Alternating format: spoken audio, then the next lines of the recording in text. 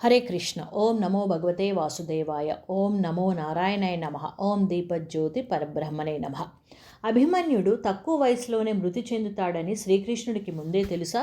శ్రీకృష్ణుడికి అభిమన్యుడు చిన్న వయసులోనే మరణిస్తాడని ముందుగానే తెలుసు. శ్రీకృష్ణుడు సర్వజ్ఞుడు, త్రికాలజ్ఞుడు కాబట్టి భవిష్యత్తు గురించి తెలిసినవాడు.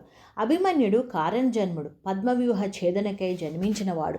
దేవతలైనా సరే సుభద్రాపుత్రుడైన అభిమన్యుడు లేకుండా యుద్ధంలో పద్మవ్యూహాన్ని ఛేదించలేరు. అభిమన్యుడు నిజానికి చంద్రుడి కుమారుడైన వర్చస్సు అంశతో జన్మించాడు. దేవతల కోరిక మేరకు భూమిపై ధర్మాన్ని రక్షించడానికి తన కుమారుడిని పంపమని శ్రీకృష్ణుడు చంద్రుడిని అడుగుతాడు.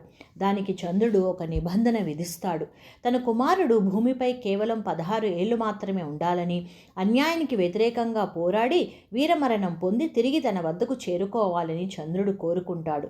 దీనికి శ్రీకృష్ణుడు అంగీకరిస్తాడు. మహాభారతంలోని ఆది పర్వం 67వ అధ్యాయంలో దీని గురించి వివరణ ఉంది. నచాహం త్వం వినాస్థాతుం శక్నోమి భువనత్రయే మమాయం విహితకాలో గమిష్యతి చ మాం పునః.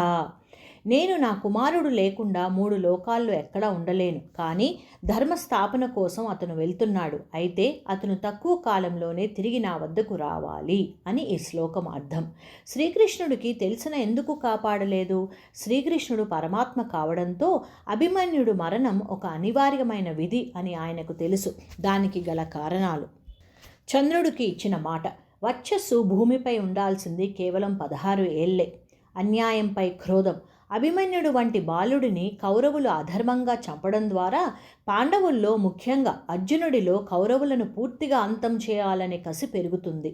ఇది యుద్ధం ముగియడానికి కీలకమైంది. పద్మవ్యూహంలోకి వెళ్ళడం మాత్రమే తెలిసిన అభిమన్యుడిని కృష్ణుడు ఆపలేదు. ఎందుకంటే ఆ వీరమరణం ద్వారానే అభిమన్యుడికి శాశ్వత కీర్తి లభిస్తుందని ఆయనకు తెలుసు.